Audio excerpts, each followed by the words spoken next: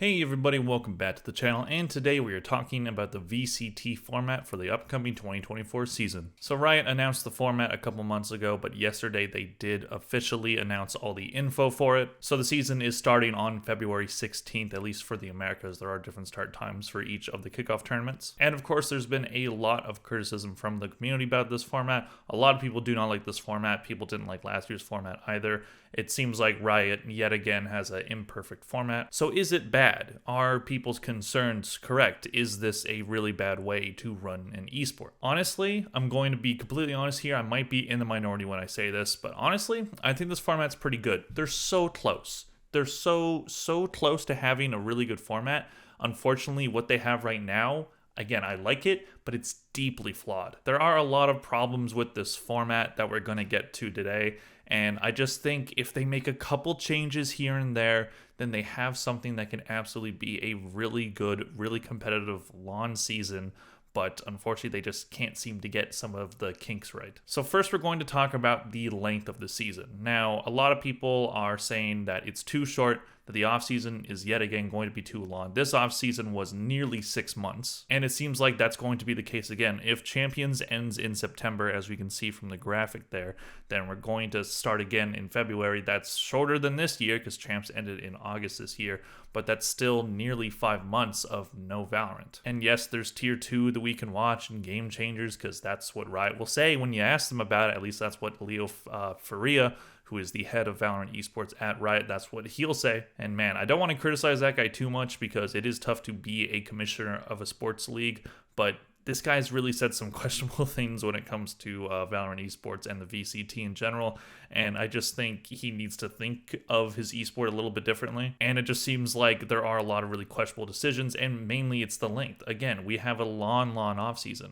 Now, of course, you want to have all these fun off-season events, like the Ludwig and Tarek one. There's Africa TV, that was one in 2023. I understand that you want to run those, and then you want to showcase Game Changers, and Tier 2 starts earlier.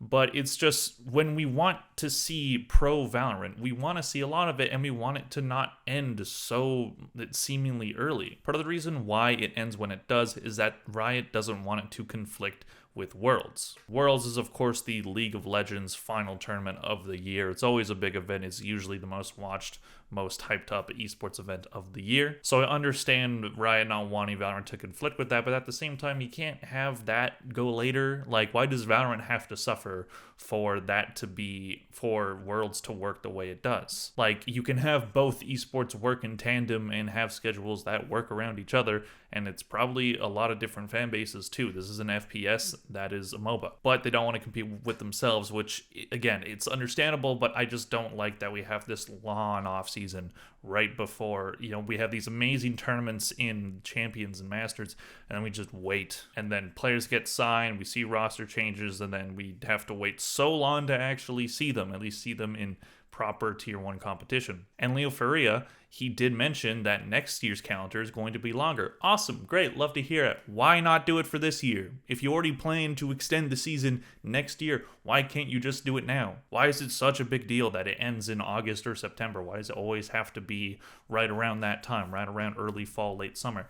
Like, why can't you just extend it into the fall a bit? And if you're going to do it anyway, why not just do it? Like, you have 6 months. You have all this time to extend your season, and you just don't use it. I just think it hurts your competition. It makes people lose interest, and then they come back to it, and then they just can't get as grasped as they were before. You want to keep people's attention. Obviously, off season is a thing in regular sports as well. Some are longer than others. But overall, like, you can't keep people waiting too long. You're not the NFL. You can't just go away from, March till September and have people just come back, every year after year. You're not that big. You have to build something, and to build something properly, you have to be consistent. So that definitely is what I see as the main criticism that I have of the VCT format. Moving on to the new championship point system we have going on here. This is very controversial. So last year, how it worked is you just played during the regular season and during the tournaments, and there's the qualifying tournaments that you have to win in. You had to be top 3 in your league's tournament to make it to Masters Tokyo. And then Champs, you had to either go through LCQ if you weren't in those top 3, or if you were in those top 3 for Tokyo, then you're already in Champions.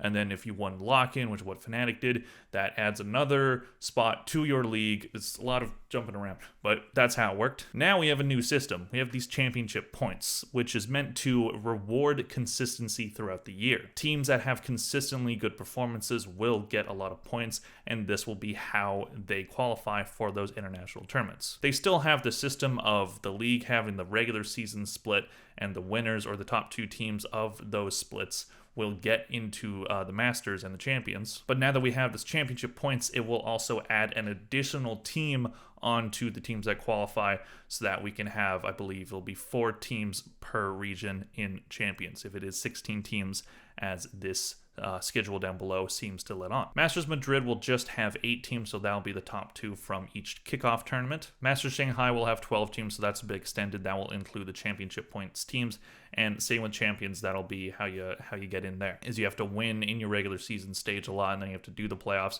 and then you have to qualify. But you also get points for winning, which is +1 point for each win, so that's any win throughout the season. But if you win a tournament or if you win your league, you get +3 points. So in the kickoffs and the Masters, if you are the winner of that, so Fnatic last year, they would have gone 3 for Tokyo, and then they probably would have gone 3 as well for lock-in. Now, there is some confusion around these championship points. It is definitely confusing. I'm not going to try to dive too deep into it and just talk about the implications of it, but what I do want to say is I don't fully know the differentiating between the league winner and then like your league playoff winner. Or is that going to be the same one? Is it just going to be the top team in the regular season splits? Are they going to get 3 points, or do they have to get those 3 points by winning in that stage's playoffs?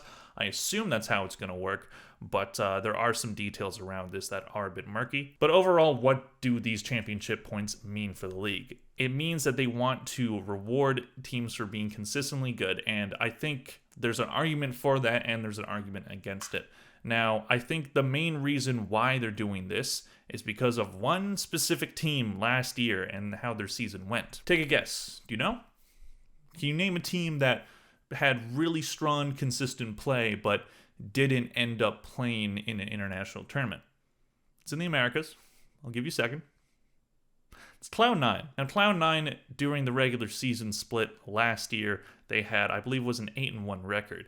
Did they make it to Tokyo? It sounds like they were a really good team, right? No, they did not qualify for any international tournament throughout the entire year. They had a great regular season stage. They looked like one of the top teams, and then they lost to Evil Geniuses, and then they lost to Energy. So despite their really good, consistent play during those 10 weeks during the season, they couldn't bring it home in playoffs, and they ended up not qualifying for Tokyo, and then they also fell short in LCQ. LCQ is no longer a thing, it's just replaced with another regular season stage. But I think how that season went for Cloud9 is the main reason why they're doing this. And I do agree that championship points on surface level are a good idea. Rewarding teams for consistent play is a good idea, in my opinion. That's how regular sports works.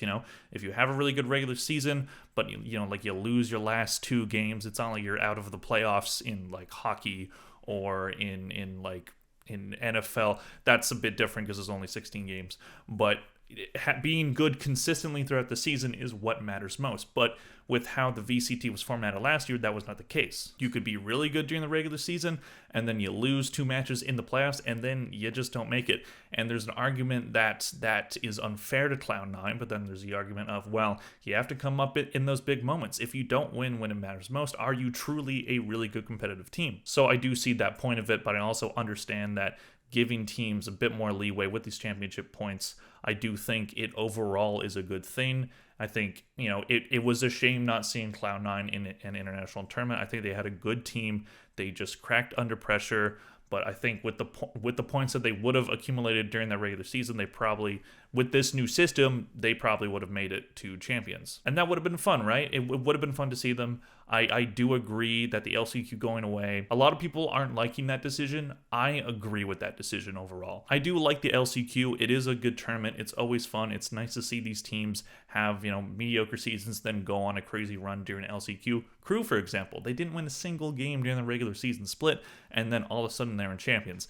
Then they lost their 2 matches, so it didn't really matter at all. But still, it's fun to see. But overall, I don't need another tournament right before the bigger tournament. I think it's better to have these regular season stages where you have a lot of consistent play going on, and then you watch how these teams grow. I'm really liking the system of having these regular season splits. I think they're a good idea. It's fun to see how a team grows and changes throughout a season. So that replacing a just a couple week long tournament, I do think that that's better than having an LCQ where it's just, you just have a couple weeks of fun tournament and then it's over and then you have to wait for champs. I think having more consistent, longer season split is a better idea in my opinion, but people still like the tournament format of the LCQ, but you still get that because you get the league playoffs. So that's my argument for having the stage 2 over LCQ. I personally think it's a good decision, but I know a lot of people don't agree with that. But when it comes to those regular season splits, I have my concerns about those as well. So last season, how it worked was you had lock-in, and then a couple weeks after lock-in, you had the regular season splits, which was a 10-game split within each region, each team playing against each other team within their league. And it was really fun. It was my favorite part of the entire 2023 season, was seeing all the narratives coming, all the storylines coming out of these season stages. It was fun to see how these teams grew throughout the seasons, the ones that fell apart, the ones that blossomed. If it wasn't for that season stage and that format, would Evil Geniuses even be anywhere close to Tokyo? No, not even kind of, because they figured their stuff out during that regular season, and that's always fun. It's really fun to see your favorite teams have consistent play and see how they do against all the other talented teams within that region, but how they're doing it this year is kind of interesting. So each league has 11 teams, which is a weird number to work with when it comes to tournament formats because it's not an even number. So how they're doing it, and this also comes with the bad shortened schedule that we have. So essentially, it's 5 games per split. Each league will have 2 groups. These teams will compete within their groups and then go to the league playoffs. Then after Shanghai, during stage 2, it will be new groups, so you'll play the other teams. And I don't like that. I wish we just had 2 10-game regular season splits. I think that would be way more fun. I think it would just be really fun to see all that competition. And you have the amount of time. You have 6 other months that you're not using here, Riot, that you could use to have 10 per split. But unfortunately, they're not doing that. It's 5 per split. So last season was, I believe, 9 matches per team during a 10-week period. Now this is 5 matches per team during a 5-week period. And then we get a Masters, and then we have it again. And again, this is the problem with the schedule. So you have all this time that you could be using, but you're not because you want the season to end in September for some reason. And it just makes the rest of the format suffer having this short amount of time and then having this long offseason that's nearly as long as the season itself. So that is definitely something that I would change if I was the runner of this. Unfortunately, I am not. I would have some great ideas if I was running Valorant Esports, if I was running the VCT. Don't you guys agree? No, that's fair. I am stupid. So now we have to talk about the Kickoff a little. So they announced the format of the Kickoff tournament. So there will be 3 groups per region. But since, again, it's 11 teams, that is an uneven number. What they have to do is they are doing the top team from each region in Champions. They will now have a bye. So essentially, they only have to win 1 match within groups to make it to the next stage. So this is hilarious because, I understand why they're doing it. It is the best way that they could possibly do it. So these 4 teams are Fnatic, PaperX, EDG, and Evil Geniuses. The funny thing about that is we don't even know if Evil Geniuses are 100% going to be in the VCT this year. They do have a roster that is rumored to, have verbal agreements with the organization, but they might just drop out of the VCT. No decision has been made. If I were to guess, they're probably going to stay because it's just too late to back out now. They probably have contracts with Riot that they need to fulfill legally, but Evil Geniuses as an organization is slowly dissolving, and they're looking to just get out of esports entirely. So the fact that they were the top placing team in Champions, they won Champions, they get to have this buy around where the roster from last year is all gone, all dissipated. They have this new roster. I saw it, sure, fine. It looks okay. It doesn't look great. It doesn't look bad either.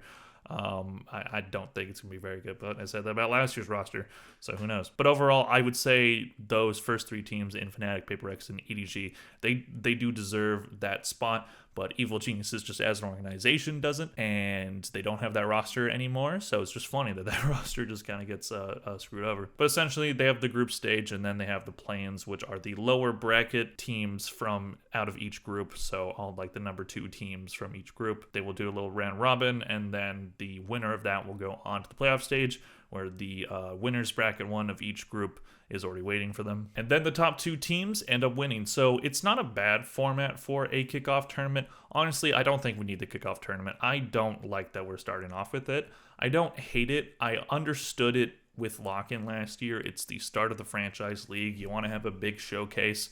You want to see all these teams in one tournament. Ooh, look at all these teams in one place. Even though it's a mess of a format, it has to be single elimination, and there's no one in the crowd aside from the games that have Brazilian teams, because Brazilians don't care about any other team whatsoever. But I just think it would be better to start off with a regular season stage. I understand that people like having these tournaments throughout the year. Teams in the kickoff tournament, there will be a lot of teams that are probably really good teams that could go far that will fail, that will lose right away. And that just really sucks as a start to the year, because take 100 Thieves, for example. You know, we've had this long off season. They finally get their IGL and boost deal. There's a lot of excitement around the team. There's concern after them losing in the Ludwig X Terror tournament. Don't put any stock in that. It's whatever. But there's so much excitement around this team. So what if in this kickoff tournament they just get completely screwed over and they get a really tough bracket, and then they lose 2 matches, and then all of a sudden they have to wait until March for the stage to actually start. Like, that just sucks. Like, it just sucks that we're gonna see these teams, after all this anticipation, after all this waiting, after this long off season, all of this, just to see some teams inevitably, because it has to happen because of this format, inevitably a lot of good teams are just going to fail right away, and then, you know, people are going to start calling these rosters bad and all, like, it's disaster, even though they just played 2 matches, and like, we don't know, it might just be a slow start, because we'll actually see how these teams can perform over a long schedule in those season stages. So why not just start with that? But no, you have to start the year off with a bang. It has to be a tournament to start it, because Riot loves starting the season with something fun. Yay. If it was my decision, I would just start off with the regular season stage, and then we go to Masters, and then another stage, and then Masters, and then either a 3rd stage or an LCQ. That's how I would do it. I don't think we need this kickoff tournament. It's going to be fun. It's going to be a good time, but I just don't really see the point in it. So I just spent this entire video criticizing this format after saying that I think that the format is good and that I like it. My point is not to say that it's a good format. I think it has the bones of something that can be good, but there's a lot of problems with it, and it's going to make it tough to keep people interested after Champions is over, because you're going to have another long off season. But overall, I do think that the VCT is going to be super fun this year. It's going to be a great time. There's been so many changes in rosters. There's been so many storylines over the off season. I really cannot wait for the season to start, and I will be here making content every gosh darn week. So stay tuned. I'll be covering as many matches as I can, as many stories as I can, as much news as I can. Thank you all for watching. Let me know what you guys think in the comments below. Do you think this format is good? Do you think it's bad? Do you think with some tweaks it could be really good? Do you want there to be an LCQ? Do you think that Madrid should have more teams? Just let me know what you guys think in the comment section below, and please like this video if you enjoyed it. Thank you all for watching, and I'll see you in the next one. Bye.